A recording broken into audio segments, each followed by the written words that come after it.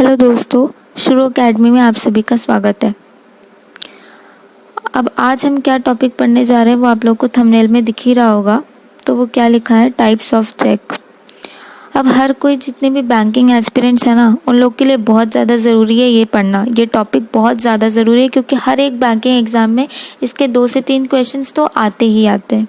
ठीक है, पर क्या ये वीडियो ज़रूरी है जो बैंकिंग एस्पिरेंट नहीं है उनके लिए? तो आंसर बनता है हाँ, बिल्कुल ज़रूरी है। वो क्यों ज़रूरी है? क्योंकि बैंक से हम डील करते ही करते हैं और चेक से भी हम करते ही करते हैं। तो आज जो हम चीज़ें पढ़ने जा रहे हैं ना, वो एक जनरल नॉलेज है जो कि हर इंसान को पता होना चाहिए। इसलिए जो बैंकिंग एस्पिरेंट नहीं है ना, वो भी इस वीडियो को ज़रूर देखें एंड तक। आप कुछ नहीं तो आप बहुत कुछ सीख कर जाओगे, नया कुछ ना कुछ आप नया तो सीख कर जाओगे ही जाओगे। तो आप एंड तक वीडियो के साथ बने रहिएगा और आप खुद को एनालाइज करना कि आप ज़रूर आज कुछ सीख कर यहाँ से गए हैं। ठीक है, तो चलिए शुरू करते हैं। अब सबसे पहले कि चेक होता क्या है। टाइप्स तो हम पढ़ लेंगे, बट सबसे पहले ये तो पढ़े कि चेक क्या होता है। देखा तो सबने ही होगा अपने घर में चेक बुक और उसके अंदर चेक्स देखा है ना, पर होता क्या, उसका डेफिनेशन क्या होता है। तो चेक क्या होता है? चेक एक डॉक्यूमेंट होता है। सबसे पहले पढ़ लेते हैं लिखा क्या है। It is a document which orders a bank to pay the specified amount from one person's account to the other person's account whose name is mentioned in the check। ठीक है, तो क्या हुआ चेक? चेक क्या होता है? एक document होता है। चेक क्या होता है? डॉक्यूमेंट होता है जो कि कौन इश्यू करता है? कौन इश्यू करता है? बैंक इश्यू करता है। सिर्फ और सिर्फ बैंक इश्यू करता है चेक, ये याद रखना।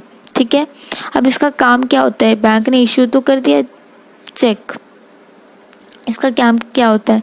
इसका काम होता है एक पर्सन के अकाउंट से दूसरे पर्सन के अकाउंट में पैसे को ट्रांसफ़र करना। एक अकाउंट से दूसरे अकाउंट में पैसे को ट्रांसफ़र करना, पैसे को पे करना, इसका यूज़ होता है। ठीक है, तो ये होता है चेक। अब सबसे ज़्यादा ज़रूरी, चेक में हमेशा 3 पार्टीज इन्वॉल्व रहते हैं। चेक में कितने पार्टी इन्वॉल्व रहते हैं? 3 पार्टीज इन्वॉल्व रहते हैं। देखिए कितने, कौन कौन से।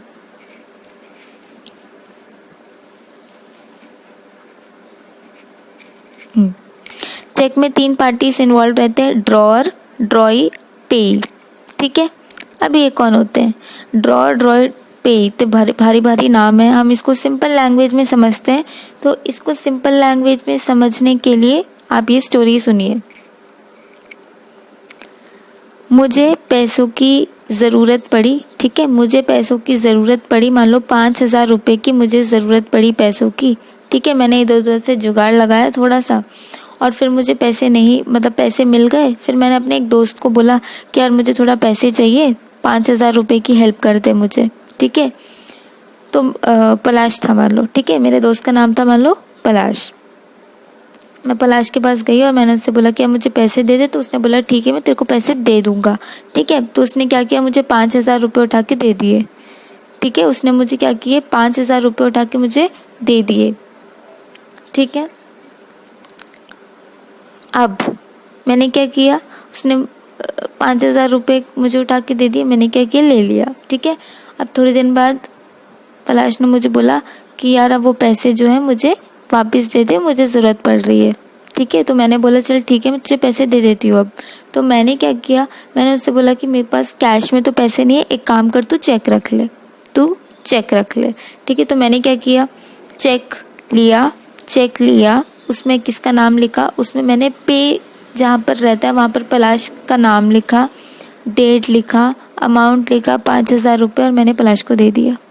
ठीक है, मैंने पलाश को दे दिया। अब पलाश जाएगा बैंक में, वो चेक देगा बैंक में, बैंक उसको पे कर देगा अमाउंट। ठीक है, तो ये पूरा जो स्टोरी था उसमें कितने कैरेक्टर्स थे?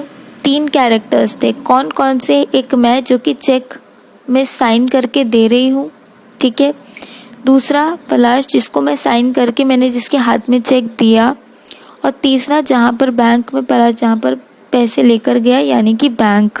ठीक है, तो ड्रॉअर, कौन हुआ, इन तीनों में से ड्रॉअर कौन हुआ, ठीक है। ड्रॉअर वो होता है ओनर, ड्रॉअर कौन होता है, ओनर होता है या फिर जो चेक में साइन करता है। इसका मतलब मैंने चेक दिया पलाश को तो मैंने अपना साइन करके उसको चेक दिया था, मैं उस चेक बुक की ओनर हूँ, ठीक है। तो ड्रॉअर कौन हुई, मैं हुई जिसने चेक में साइन करके दिया, ठीक है, ड्रॉअर। ड्रॉई कौन हुआ, जो पेमेंट को कंप्लीट करता है, जो पेमेंट, जो पैसा देता है। कौन देता है पैसा, बैंक देता है ना। मैं तो चेक लिख के दिया, अकाउंट से, मेरे ही अकाउंट से पैसे जाएंगे, बट पैसे दे कौन रहा है, कंप्लीट कौन कर रहा है, पेमेंट बैंक कर रहा है, तो वो होगा ड्रॉई। तो चेक के केस में ड्रॉई हमेशा बैंक होता है, ठीक है। थर्ड है पेई। पेई कौन, जिसके हाथ में मैं चेक दे रही हूँ, जो पैसे रिसीव कर रहा है, जिसके अकाउंट में, जिसके हाथ में पैसे आएंगे वो रिसीव कर रहा है, तो दैट इज पेई। यानी इस केस में स्टोरी में कौन हुआ, पेई, जल्दी से बताओ, पलाश हुआ पेई, ठीक है। तो ड्रॉअर को कौन हुई, मैं, ड्रॉई कौन हुआ, बैंक, और पेई कौन हुआ, पलाश, ठीक है। तो चलिए अब स्टार्ट करते हैं टाइप्स ऑफ चेक्स। तो टाइप्स ऑफ चेक्स कितने होते हैं, 7 तरीके के होते हैं। नाम दे पढ़ लेते हैं एक बार। Bearer cheque, order cheque, cross cheque, account pay cheque, antedated cheque, post dated cheque, stale cheque, ठीक है। अब एक एक करके देखते हैं कि क्या क्या होते हैं इनके फीचर्स। सबसे पहले तो आता है बेरर चेक। आपने देखा होगा हर चेक में जो है और बेरर करके लिखा रहता है। ये देखिए, ये लिखा है और बेरर, ठीक है। सबसे पहले यहाँ पर पे, ऊपर बैंक का नाम लिखा रहता है, पे लिखा रहता है, नीचे रुपीस लिखा रहता है, उसके नीचे आप देखिए अकाउंट नंबर, ठीक है।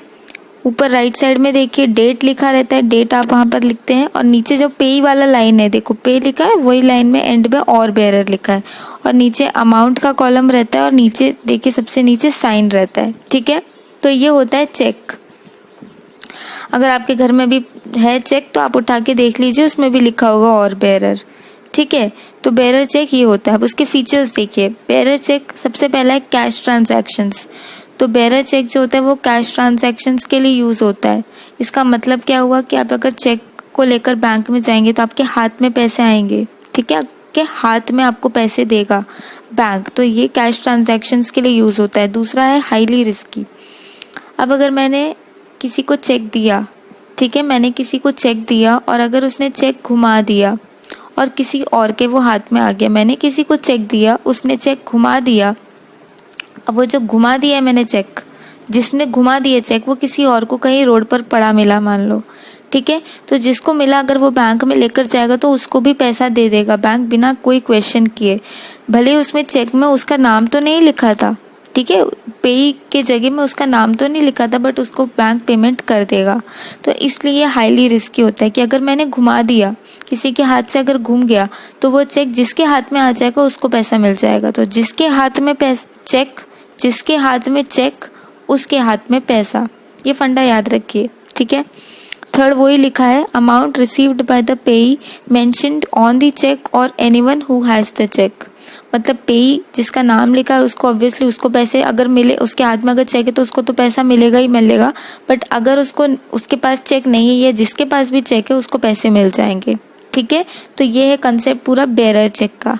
अब हम दूसरे टाइप में बढ़ते हैं, ऑर्डर चेक। ऑर्डर चेक क्या होता है, अगर चेक में और बेरर जहाँ लिखा रहता है वहाँ पर अगर मैंने बेरर को कट किया और वहाँ पर अगर मैंने ऑर्डर लिख दिया तो देन वो चेक जो है ऑर्डर चेक कहलाएगा। क्या कहलाएगा, ऑर्डर चेक कहलाएगा। अब इसके फीचर्स क्या क्या हैं, सबसे पहला क्या लिखा है, when the word bearer is cancelled and और order is written in place of it. तो मैंने वही बोला, जब बेरर को काट के और ऑर्डर लिखते हैं तो वो ऑर्डर चेक का फीचर हो जाता है। दूसरा, पेएबल टू द पेई और to whom it is endorsed. तो सबसे पहले ये पॉइंट समझने के पहले आप एक वर्ड का मतलब समझ लीजिए और वो है एंडोर्स्ड, ठीक है। एंडोर्स्ड का मतलब होता है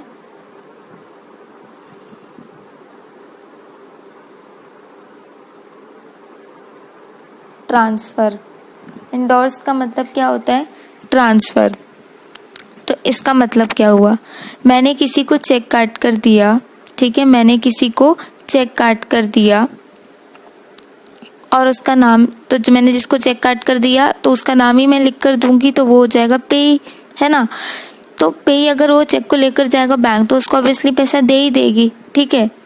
बट अगर उसने वो चेक किसी और को दे दिया, वो चेक अगर किसी को और को दे दिया, किसी को ट्रांसफ़र कर दिया, ठीक है, तो आप इसको एक एग्जांपल से समझिए। मुझे पैसों की ज़रूरत पड़ी, मान लो मुझे 5,000 रुपये की ज़रूरत पड़ी, ठीक है, मुझे 5,000 रुपये की ज़रूरत पड़ी। मैंने अपने दोस्त को कॉल लगाया और मैंने बोला यार मुझे पैसों की ज़रूरत है तो मुझे दे दे। मैंने, मान लो मेरे दोस्त का नाम है पूजा, ठीक है, मैंने पूजा को बोला कि यार मुझे मतलब मुझे पैसों की ज़रूरत है, मुझे पैसे दे दे यार। तो उसने बोला कि ठीक है, मेरे पास ही वैसे पैसे तो है नहीं पर मैं देखती हूँ कुछ जुगाड़ लगाती हूँ, ठीक है। तो उसने अपनी दोस्त मोना को फ़ोन किया और बोला कि बहन मुझे ज़रूरत है पैसों की तो तू मुझे कहीं से दे दे। तो उसने बोला चल ठीक है मैं तेरे को दे देती हूँ। तो मोना ने पूजा को पैसे दिए, पूजा ने वो 5,000 रुपये मेरे को दे दिए, पूजा ने मेरे को पैसे दे दिए, ठीक है। अब मेरा काम तो हो गया। फिर कुछ दिन बाद मैंने सोचा कि चलो मेरा काम तो हो गया, मेरे अकाउंट में पैसे भी अब हैं तो मैं पूजा को वापस कर देती हूँ पैसे, ठीक है। तो मैंने क्या किया, पूजा को मैंने पैसे चेक, कैश तो मेरे पास था नहीं तो मैंने सोचा कि मैं चेक काट के दे देती। तो मैंने चेक में पूजा का नाम लिखा और मैंने पूजा को 5,000 रुपये का चेक जो है वो काट कर दे दिया, ठीक है। अब पूजा ने तो मुझे मोना से पैसे दिए थे ना, तो पूजा ने क्या किया, पूजा ने सोचा कि पूजा को मोना को पैसे तो लौटाना ही है। तो उसने क्या किया कि मैंने जो पूजा को पैसे दिए थे वो जो चेक, मतलब मैंने जो पूजा को चेक दिया था वो चेक जो है पूजा लेकर गई बैंक में, ठीक है। और बैंक वालों से उसने एक एंडोर्समेंट फॉर्म मांगा, एंडोर्समेंट का मतलब पता चल गया आपको, ट्रांसफ़र करना, ठीक है। तो एंडोर्समेंट फॉर्म मांगा और उसमें जितने भी डिटेल्स थे मोना के अकाउंट के वो सारे उसमें लिख दिए और उस चेक के साथ जो मैंने पूजा को दिया था उसने अटैच कर दिया, ठीक है। और क्या कर दिया, बैंक को दे दिया। तो वो जो 5,000 रुपये है वो मेरे अकाउंट से तो कटेंगे बट वो पूजा के अकाउंट में जाके किसके अकाउंट में जाएंगे, मोना के अकाउंट में जाएंगे, ठीक है।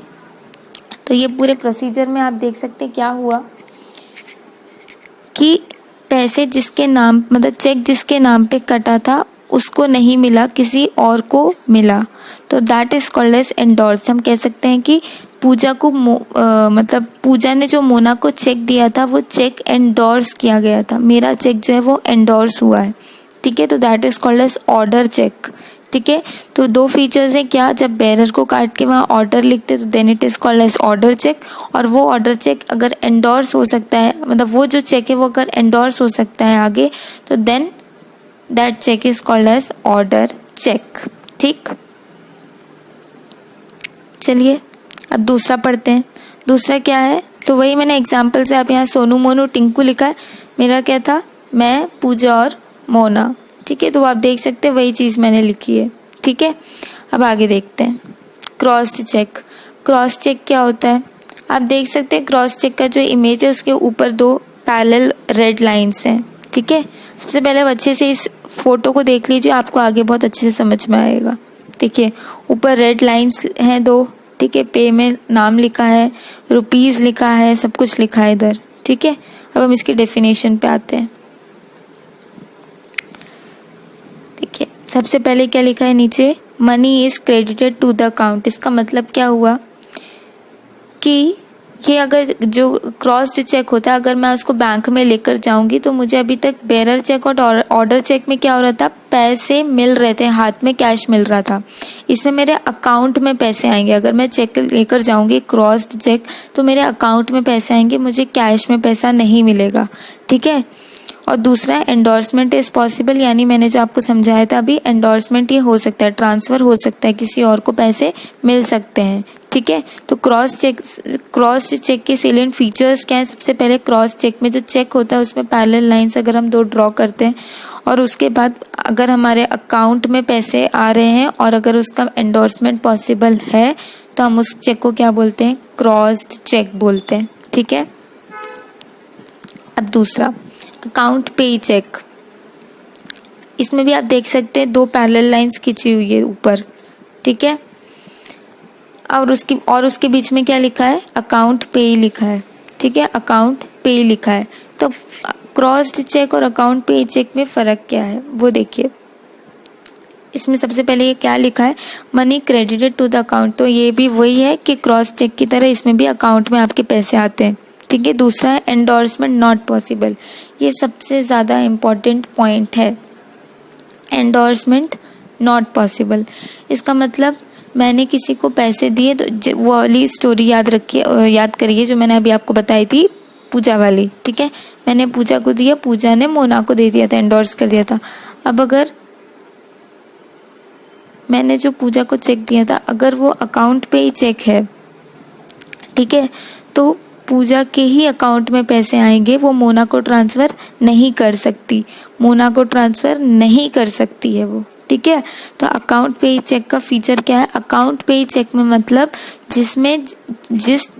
चेक में जिसका नाम लिखा है सिर्फ और सिर्फ उसके अकाउंट में पैसे आएंगे, वरना किसी के भी अकाउंट में पैसे नहीं आएंगे, आगे ट्रांसफ़र कहीं नहीं हो सकता, ठीक है। तो ये चलिए अब शुरू करते हैं। अब हम एंटीडेटेड चेक पढ़ते हैं, ठीक है। एंटीडेटेड चेक क्या होता है, मान लो मैंने पूजा को चेक दिया, ठीक है, पूजा को मैंने चेक दिया और उसमें मैंने डेट लिखा 10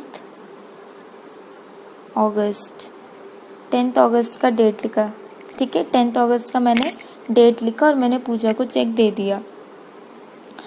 अब पूजा क्या करेगी, वो चेक को लेकर जाएगी, ठीक है, वो पूजा चेक लेकर जाएगी। अब मान लो मैंने पूजा को 10 अगस्त का डेट लिखकर चेक दिया था और पूजा 10 अगस्त को बैंक नहीं गई, 10 अगस्त को बैंक नहीं गई, वो मान लो 11th को गई, 12th को गई, या मतलब 10th के बाद अगर गई, 10th के बाद अगर गई, तो वो चेक कहलाता है एंटीडेटेड चेक। कितना ईजी है, देखो मैंने चेक दिया, मैंने चेक दिया और उसमें जो डेट लिखा था उस दिन अगर वो इंसान नहीं गया, उसके बाद अगर उस चेक को लेकर गया, तो वो चेक क्या कहलाता है, एंटीडेटेड चेक कहलाता है, ठीक है। और दूसरा पॉइंट देखिए, कैन बी कैश्ड इमीडिएटली, मतलब जब जाए बैंक के पास, बैंक उसको पैसा दे देगा, वेट वगैरह करने की कोई ज़रूरत नहीं है, तो दैट इज़ एंटीडेटेड चेक, ठीक है। अब दूसरा चेक देखते हैं क्या होता है, post dated check. Post dated check मतलब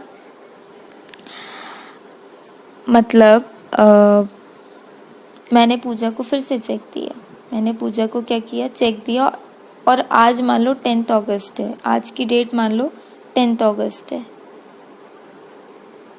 ठीक, 10 अगस्त है और मैंने इसमें डेट लिखा है 16 अगस्त, चेक में क्या लिखा है, 16 अगस्त का डेट लिखा है, और आज 10 अगस्त है, मगर मैंने चेक में क्या डेट लिखी है, 16 अगस्त की डेट लिखी है, ठीक है, और मैंने ये चेक पूजा को दे दिया, ठीक है। अब मान लो पूजा 10 अगस्त है आज, तो आज ही पैसे मतलब चेक को बैंक में लेकर चली गई, या फिर 11th को लेकर चली गई, 12th को लेकर चली गई, जब भी लेकर चली गई, तो बैंक ने मान लो मना कर दिया कि नहीं अभी हम नहीं देंगे। तो उसने पूछा क्यों नहीं देंगे, तो बैंक वाले ने बोला कि इसमें डेट जो लिखी है, अब तुम तो उसके पहले आ गई, तो हम कैसे पैसे दे सकते हैं, ठीक है।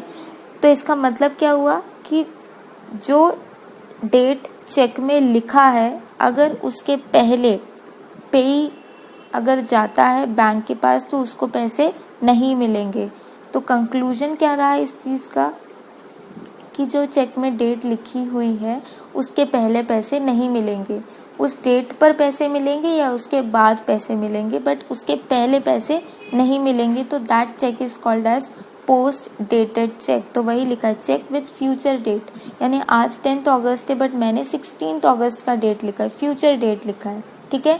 दूसरा लिखा है cash can be received only और आफ्टर द डेट मेंशन, यानी 16 को पैसे मिलेंगे या उसके बाद पैसे मिलेंगे, बट उसके पहले पैसे नहीं मिलेंगे, ठीक है, क्लियर, ठीक। आगे देखते हैं, आगे क्या लिखा है, स्टेल चेक। अच्छा, आप लोग को इतना तो मतलब शायद पता होगा, या जिसको नहीं पता वो नोट कर लेना कि हर एक चेक जो होती है उसकी वैलिडिटी 3 मंथ्स की होती है। जितने भी अपन टाइप्स के जितने भी अपन ने चेक पढ़ा हर उसके लिए एप्लीकेबल है। कोई भी चेक की वैलिडिटी 3 मंथ्स की होती है, ठीक है। अगर मैंने जनवरी 1 को डेट काटा है, मतलब चेक काटा है जनवरी 1 को का डेट लिखकर, ठीक है, तो वो सिर्फ 3 महीने तक, यानी जनवरी फरवरी मार्च सिर्फ मार्च तक वो वैलिड रहेगा। अगर अप्रैल में आप उसको लेकर जाओगे तो आपको पैसे नहीं मिलेंगे, तो इनवैलिड हो जाता है वो चेक। तो वो जब अगर मैं अप्रैल में मतलब चेक लेकर गई तो क्या मुझे पैसे मिलेंगे? नहीं मिलेंगे। क्यों? क्योंकि वैलिडिटी तो ख़त्म हो गई। तो वो जो चेक है वो क्या कहलाएगा? स्टेल चेक कहलाएगा। वैसे भी स्टेल का मतलब क्या होता है? पुराना खराब, उसको हम स्टेल बोलते हैं। तो स्टेल चेक यानी इनवैलिड चेक, जिसका अब कोई मतलब नहीं है, जिसकी वैलिडिटी पीरियड ख़त्म हो चुकी है। ठीक है, तो बस इतना था। आज हमने 7 टाइप्स के चेक पढ़े। कौन कौन से पढ़े?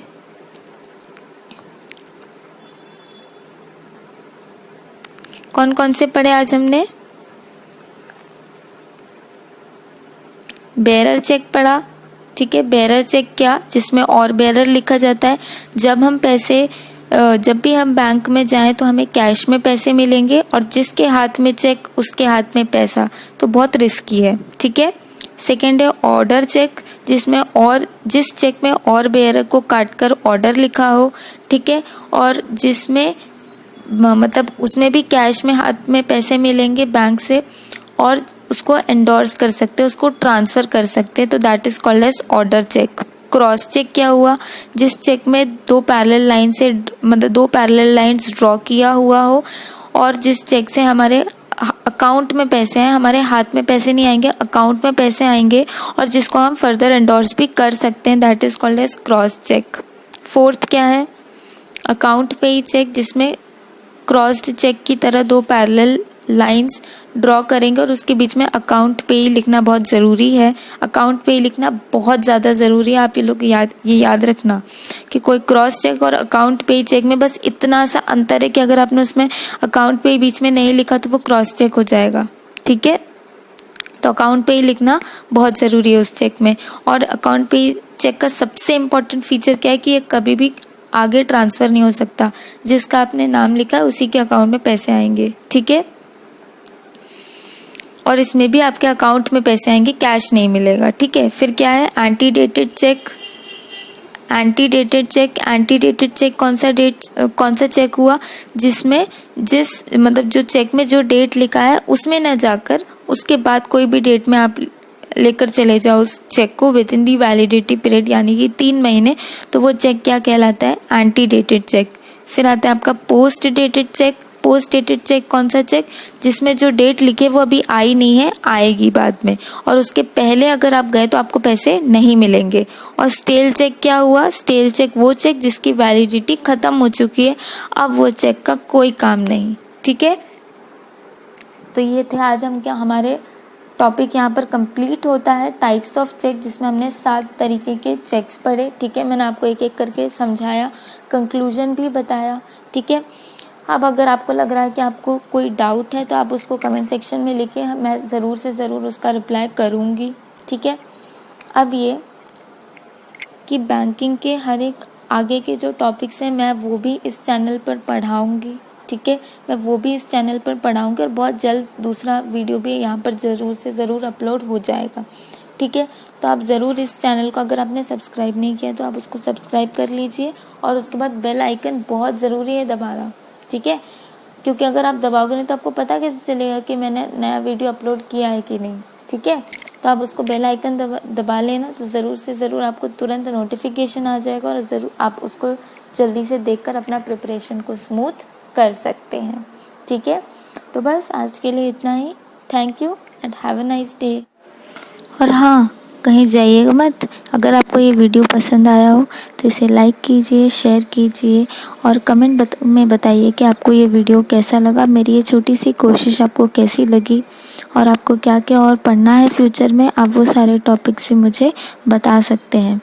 और जितने भी बैंकिंग एस्पिरेंट्स हैं उनके लिए ये बहुत जितने भी हेल्पफुल बुक्स हैं उनका डिस्क्रिप्शन में मैंने लिंक दे दिया हुआ है, आप उसको ज़रूर से चेकआउट कीजिए। आपको वो बुक्स बहुत हेल्पफुल होंगी, मैंने खुद रेफ़र किया हुआ है। Thank you.